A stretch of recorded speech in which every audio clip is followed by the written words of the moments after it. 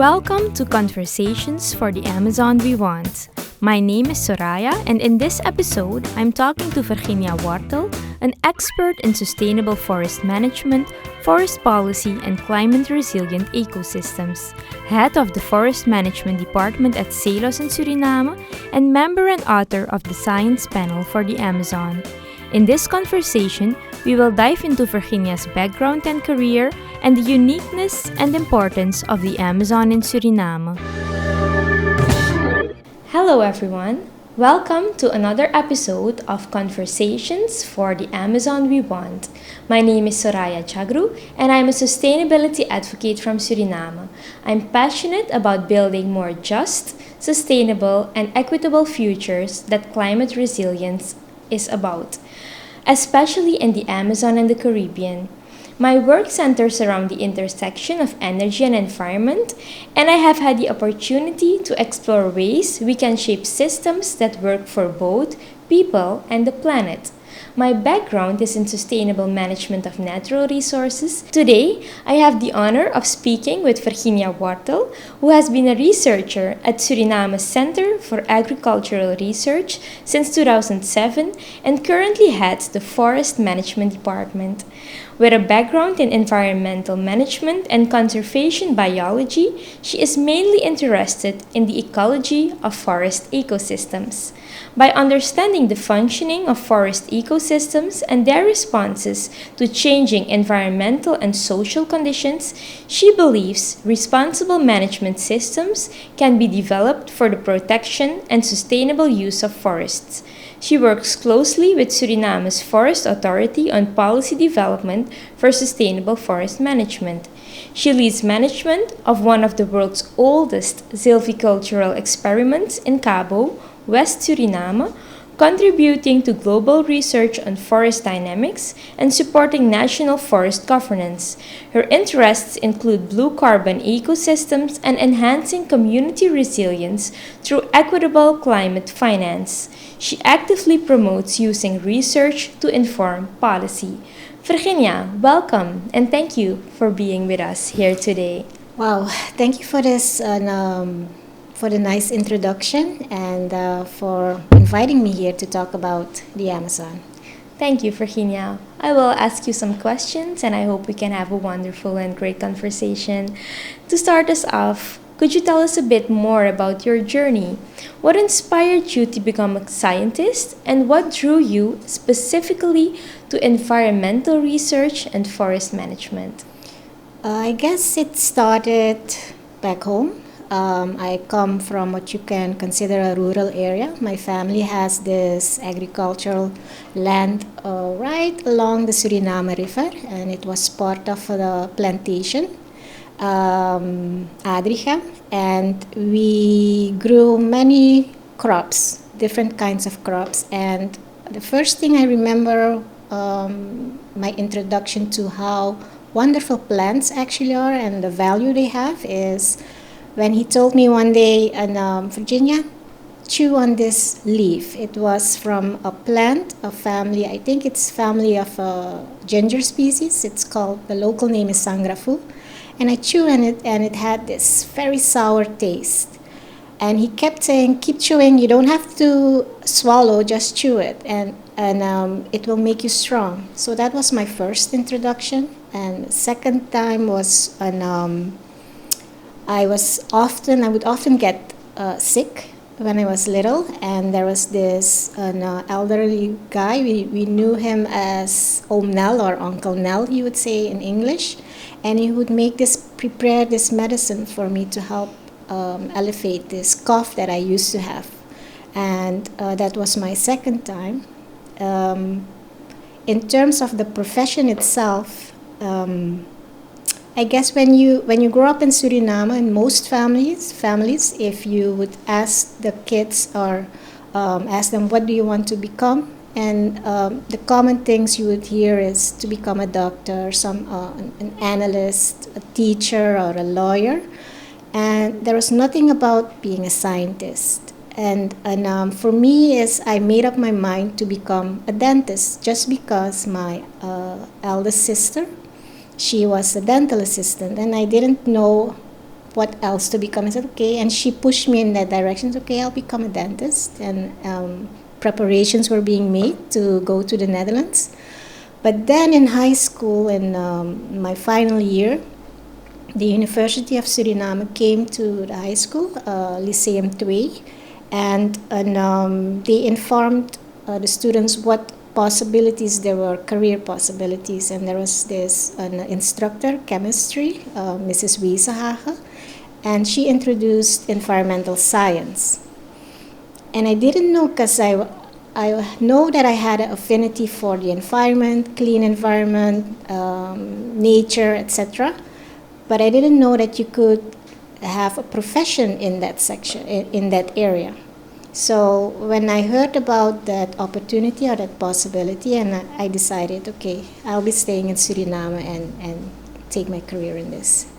The work that I do today, at first I was mostly interested in aquatic ecosystems, and mainly in fish and diversity and what they mean in an aquatic ecosystem, and what impacts it. At that time, small-scale gold mining was something that started happening in Suriname, and one of the important things that came around was the impacts of gold mining on your aquatic ecosystems. And we know how important water is for all life, you can say. So that was something that interested me. And later on at CELOS, in my early career there, I met up with a Professor Putz from the University of Florida. And he would jokingly say, and he introduced me actually to sustainable forest management, the importance of trees and forests. And he said, in Virginia, evolution already happened, get out of the water. And so that's how I decided, I deviated from aquatic ecology to forest ecology. Great, very important, or well, wonderful to see how your journey started. Because in Suriname we actually say, and that's something in Dutch, but I will translate.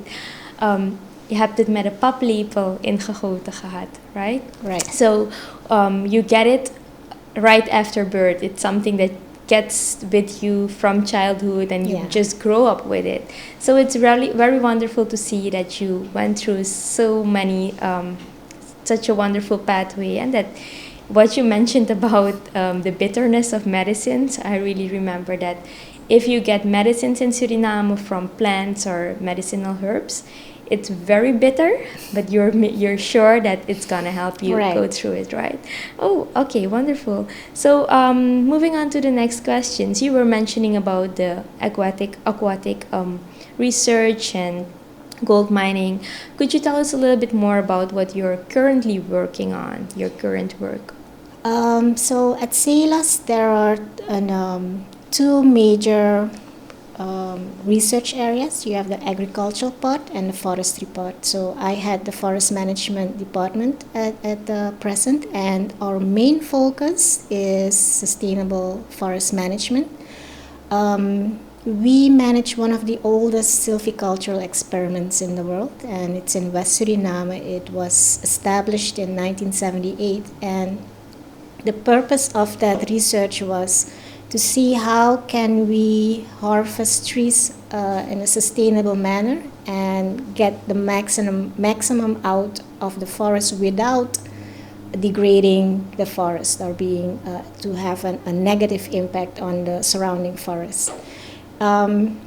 What we do now is we have this experiment, and data has been collected through the years. So we have about 7 census, you can say, about these experiments. And what we're trying to do now is do the data analysis and help form policy.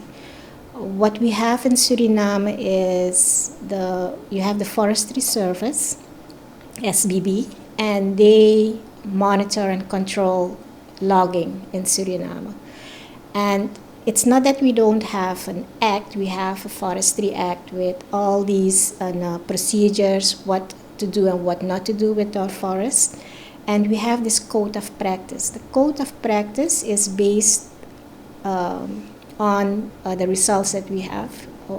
One thing that what I can say is that the experiment helped create the CELOS management system. The CELOS management system is a sustainable forest management system. And one of the things, for example, is the length of the cutting cycle should be 25 years. And that is taken up in the Forest Act or in the Code of Practice. But we need to see if that's true. Cutting cycle 25 years means every 25 years you can go back to the same place and do your logging activities. But what we've seen the experiment was established in 1978, so we're now about 40 plus years. So the 25 years has already passed. So is it true that the forest has recovered after 25 years or not? Should we should we increase the cutting cycle? So these are some of the data analysis that we're trying to do, looking at forest growth. Of course, with climate change that we feel right now, one of the things, and the commitments that Suriname has internationally, and we're thinking about UNFCCC, we're thinking about the biodiversity, international biodiversity agreement that we have. So we have some obligations, not only nationally but internationally, and things that internationally people would want to know is, okay, how much carbon is stored in our forest. So these are some of the analysis that I'm working on now, together with the team at CELOS. Another thing I mentioned, aquatic ecosystems. So we're also interested in blue carbon ecosystems and mainly in mangrove forests. So I'm not really out of the water yet, so it's a compensation. For that, the majority of our population lives along the coast of Suriname. So it's inevitable that we need to know what we have in our coast. Why are mangroves so important? That the ecosystem services that these mangroves delivers to us as people. How can we sustainably manage them? How can we sustainably harvest fish? Anything from honey to fish to agriculture. All these things needs to happen in such a way, in a responsible way, that we can continue using these ecosystems. And so these are some of the research that we're doing now. So just out of curiosity, you were mentioning something about the management system at CELOS. Mm-hmm. So the project has been ended, and then now you have that validation phase that comes in. Is that it? Like the data analysis, and now you have the validation? Something like that. So the CELOS management system was developed in the 80s. But it was never fully implemented in Suriname, just because the policy at that time, and still at this day, doesn't match with what the system requires.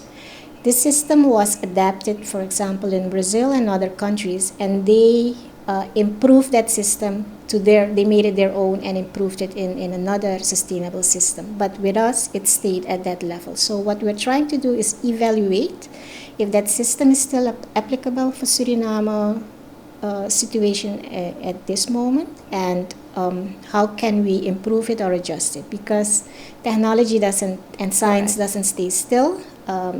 We need to see how we can improve that.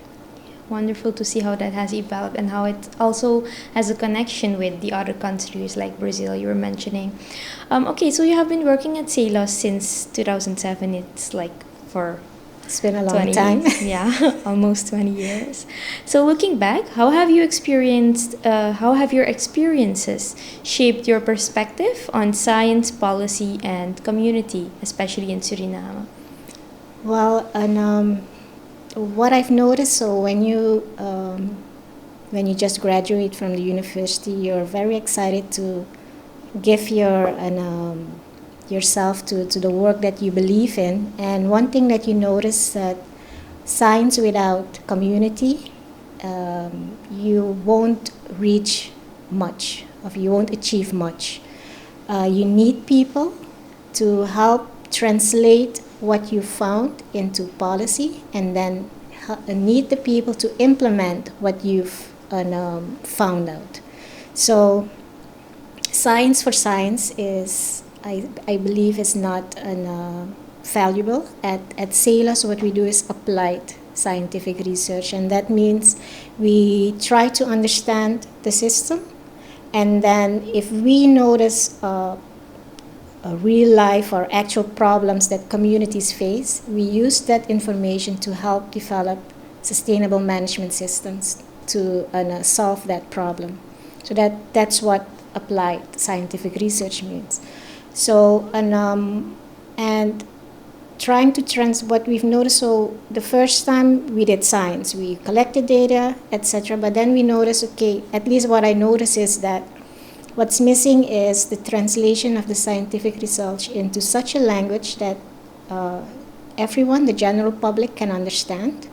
That's one point, but also the government can understand and how they can implement that in their policy development. So I think it needs to be something together. It has to be a cohesive thing, so science, policy, and community. Correct. I also believe that it's always like more co-creating things, and I'm very happy that you're part of that and you're able to guide that through. Okay, so we have talked about your background and how you're there, so we'll now move on to a little bit more about science and conservation in the Amazon. And I would like to know, Suriname is one of the most forested countries in the world. We're proud of that, definitely. But many people outside the region don't know much about it. So what makes Suriname's forest and its approach to conservation unique or important, according to you, on the global stage? I guess, Suriname was, I think, one of the first countries that started implementing or establishing nature reserves. So we have this Nature Conservation Act, I believe it's from 1952, and early on, Suriname, the government at that time, decided we need to have a zoning plan. What will we conserve? What can we use for economic activities? So one of the things, I believe that was even after World War II, when they decided to develop the logging industry to set up a forestry belt. That's how can I say this? From north to south, it's right below what we consider the savanna belt. It's a lowland tropical forest, and that's called the forestry belt where logging activities take place. So that's designated for that. And another part is designated what we know the greenstone belt for mining activities. So that's what I think helped for us that we see 93% forest cover for Suriname. That is one of the things, but I think we should take care because if you look at the map that the Forestry Service published, you would see logging concessions right near or even right in one of our largest or one of the, I think it's the largest nature reserve, the Central Nature Reserve Suriname.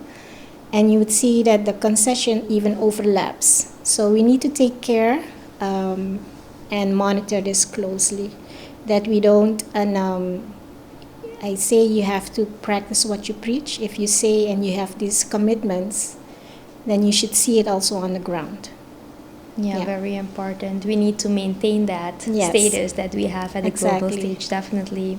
And what do you see then as the biggest challenges and knowledge gaps in conserving the Amazon in Suriname? And what solutions do you think are most needed to address them? So just in general, but also if you want to go more specific, that's also. Greatest challenge, I think, is workforce in science. I always make this joke with my colleagues that say we're talking about, how do you say, bedreiging in English. What is the threats? Yes. So the biggest threat, I guess, for biodiversity, I say we are one of a threatened species. Also, scientists in Suriname because there are not many of them. Yeah. I can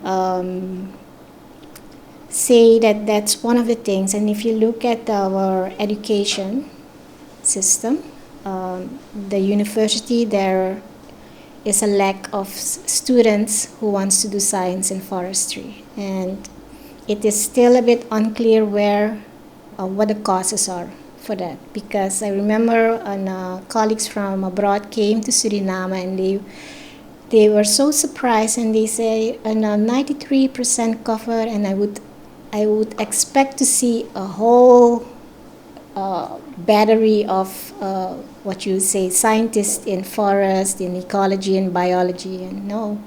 For many subjects or specialized areas, there is one person only. One experience I had is that I did this project on blue carbon research, and due to family obligations, I had to back out. But because there's no one else to fill in my place, that project needed to be extended. So it's something that is not good. You need to have someone or multiple people to fill in the gap if someone falls out. So that is one of the things. So that is one of the challenges, how to motivate students to choose science, in nature science, biology, anything related to forests, and also the illegal activities that we have. It is not only in Suriname, it is not a problem that Suriname only faces. I believe it's the whole Amazon. Suriname has many acts, we have the laws, but it's the enforcement that is lacking or needs some improvement. Even in our field stations, we deal with illegal logging sometimes, and if that doesn't change, it's gonna be a bit sad to lose certain experiments. The lot of research that we've done will be lost. So I believe as a challenge, it's workforce, illegal activities, and solutions. I think the only thing I can come up with is educate. We have to educate people. If I look at the gaps, knowledge gaps, because there are so little scientists in Suriname, not a lot has been done in terms of research. Just simply, for example, the government, the ministry asked us on some advice on certain tree species, if it should come on the CITES species list.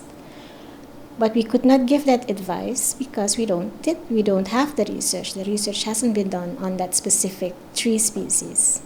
So these are simple things, but it needs to be done. And I believe there should be more collaboration between the different ministries, the Ministry of Education and Science, Ministry of what's called now Gas and Oil, I believe, and Environment. Gas and Environment, yes. We have these collaborations with SBB, with the Forest Service, so that's going well. But I think where there is a barrier, you can say, is we give the advice, we do the research, but then it has to go to the government to implement or to develop policy, and that's where it gets stuck often. So I think you need to have people who can negotiate also, because we are the scientists, but you also need other parts. So we need to have different areas of experts who can lobby for you to push certain laws and that it can take place. So everybody has to have a part to get things, to get things done. Yeah, correct. I think it's about the collaboration. You mentioned Exactly. the coalition, workforce capacity building. That's a lot of things that we probably can improve on our work. And what you mentioned about that, we, the students, for example, or the motivation, I think we should not, when you have a lot of something, you take things for granted. Maybe that's something what plays a role in Suriname. But I think and I hope that it improves, and I'm sure that with all of the researches, and you mentioned in your brief with the introduction, you mentioned that you went to like kind of a fair where you could get information. Mm-hmm. I think if those things come up and people go to it, Mm-hmm. and we've now placed, because with the climate challenge that we have in the world now, it's important that these studies or areas get more to the forefront. Mm-hmm. And I remember for sustainable management of natural resources, for example, where I was a student, that student which you were a supervisor of and where I got the opportunity to meet you, she was the one and only doing something with forests, right?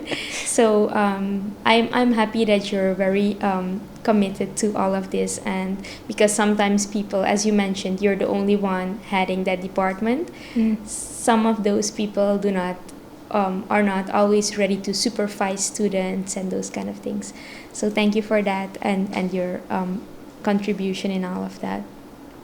Okay, what message would you share with young people, especially those in Suriname or across the Amazon who want to get involved, maybe in science or protecting the environment? I guess I would say we are part of a unique ecosystem, and it needs conservation. It needs to be conserved. Not one thing is a student of mine also mentioned, and it stayed with me. And she said, "We are dependent on the Amazon, and not vice versa. The Amazon does not need us. We need the Amazon. So, if we want to preserve this unique ecosystem, we'll need help. We'll need students. We'll need information. We'll need science." To help the Amazon, actually, because the Amazon in the recent years has been degraded, and a lot of deforestation has also taken place. And I believe that people miss, it's what you mentioned also, if you have a lot of it, you don't value it, and when it's gone, then you miss it.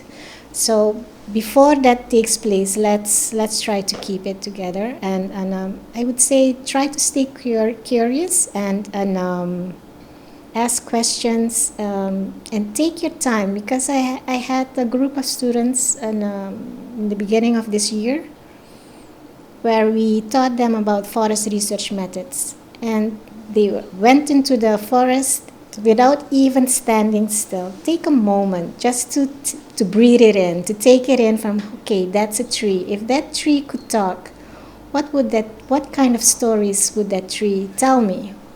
So things like that, and it's ours, and it's our responsibility, I would say. True, and you mentioned something, and I want to have a question on that. If the Amazon could speak, what do you think it would say then? And what do you think the region thinks about the work we are doing to preserve it? Geez. Okay.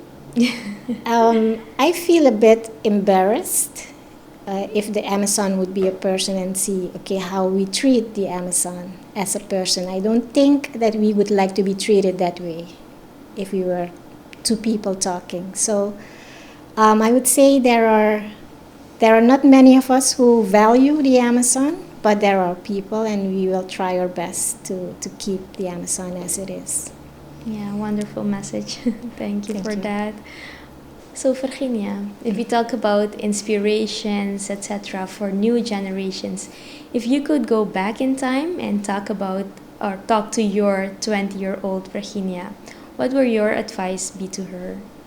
My gosh, 20 years old. What did I do at that time? I believe, I just started the university, and one thing I would say is not to put too much pressure on yourself. Things will work out the way it should work out. You had just one thing I am grateful for in these years. There was always when I faced a problem or anything, there would always be someone there to help me without me knowing. So leading to this day, for example, if thinking about the questions that you may ask me, and I was thinking back and I said, wait a second, every single time that something happened, there was always someone. So things have a way of working out. Don't worry. Because I notice also with some of the students, they are so anxious and sometimes depressed and anxious about getting things. They want to do things so perfectly. It's fine if you fail once. It only makes you stronger, I always say, and it just helps you grow as a person. I would say just live your life. You've only one life, so no problem is big enough. It will always work out. Right, we will overcome, right? That's what I always thought too. It's just that, it's a process. And when you're young, I'm always trying to plan things and get things done because we have such a high level that is expected and the peer pressure, but also our role models or, people who have achieved a lot of things, and we also want to be there. But it's a process, and I think as you grow older, maybe that's something that gets into I guess it comes with experience. Don't worry about it. It will come. Right, it will come throughout the years. But at some point, you're then not youth anymore and not young anymore. No. So that's what I'm saying. And you just there are moments where so one thing that I always say to myself, never to regret anything. And maybe I would do things differently, but regrets never, because that's my decision. I thought things through and I said, okay, I will go this way, or I will treat this issue like this. So, and even if I would do things differently, I would not regret it. So that's one thing that I would always say, never to regret any decision that you make, because one way or another, you will reach where you need to be. So true. It's as I think, it's a process, and you will get through it with lessons and everything in between. And it's also like part of life, right? So if you could maybe tell us about a fun or interesting experience you had in the field, that in the Amazon or in the forest or something related, if you could. I don't know if it's kind of fun, but or an interesting one. It's also good. Well, the longest expedition you can say that I experienced was in the Coroni swamp. It is one of the largest freshwater swamps in Suriname, and we were there for almost 2 weeks.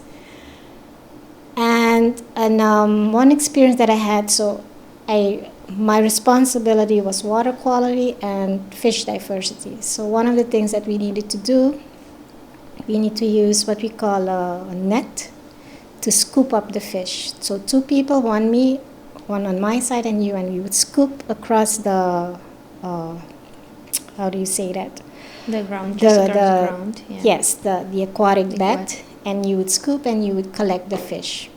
And someone from a game warden was also with us. We were with an airboat, and we went into the swamp, and dark water is what we're used to. You jump in and you start collecting. And suddenly the game warden yelled, "Oh, there's a caiman here." And I said, "Where, here?" He said, "Yes, here." I said, "Okay, then if he's there, we're going there." So we moved and we did the same thing, and he yelled, "Oh, there's a caiman here."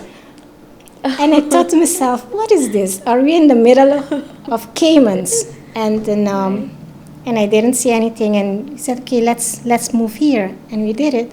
Suddenly, this huge caiman, in my perception, I think it was 3 meters long, but I think it should be shorter. But for me, at that point, just because he jumped up right in front of me, and I stood frozen in the Caroni swamp for maybe 15 minutes, and the airboat was maybe half a kilometer farther from us. So we had to yell for the airboat to come back to pick us up. Someone had to lift me on the airboat. That's how frozen I was. It helped, and I would say for the longest time I was a bit afraid to going in black water because I don't see what's underneath since then. But I overcame that fear just with experience, I can say. But that was one of the. Still to this day, when we come together with the field technicians and other researchers, we talk about that period of what happened to us. And every time that came and became longer. It was first 1.5 meters. Now I think it's 5 meters long every time. But you know how, and sometimes when you tell stories, exaggeration takes place. Yes, correct. I'm glad you're still here with me and that you're not part of his story.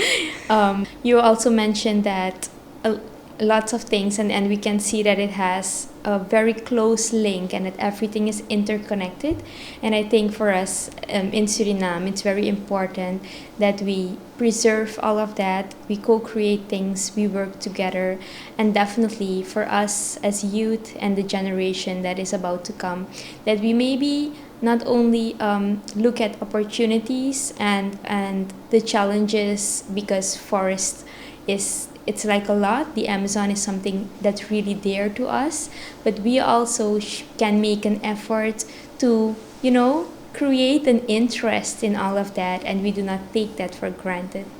So thank you, Verginia, for all of the wonderful stories you shared today and the inspirations and everything. I really appreciate it, and I think for all of the messages that you gave as inspirations for young people, it's also that I can say that for forest management and things that have to do to conserve our Amazon, I think you're really a role model in the space, and that we can always reach out to you for advice and guide us through research or whatever it should be. Thank you for that. Thank you for having me. I just hope with the science panel of the Amazon that it not only stays between you and me, but we can promote the organization in Suriname, and that more people get interested in and participate in it. Thank you. Thank you to everyone who is listening to us for participating in this episode.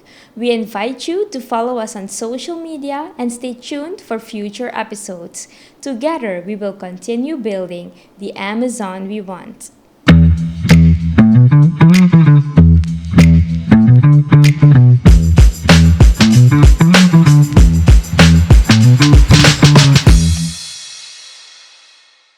This podcast is an initiative of the Youth Advisory Committee of the Science Panel for the Amazon.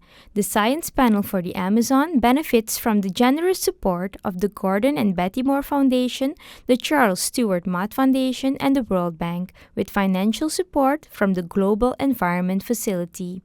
The Youth Advisory Committee is especially grateful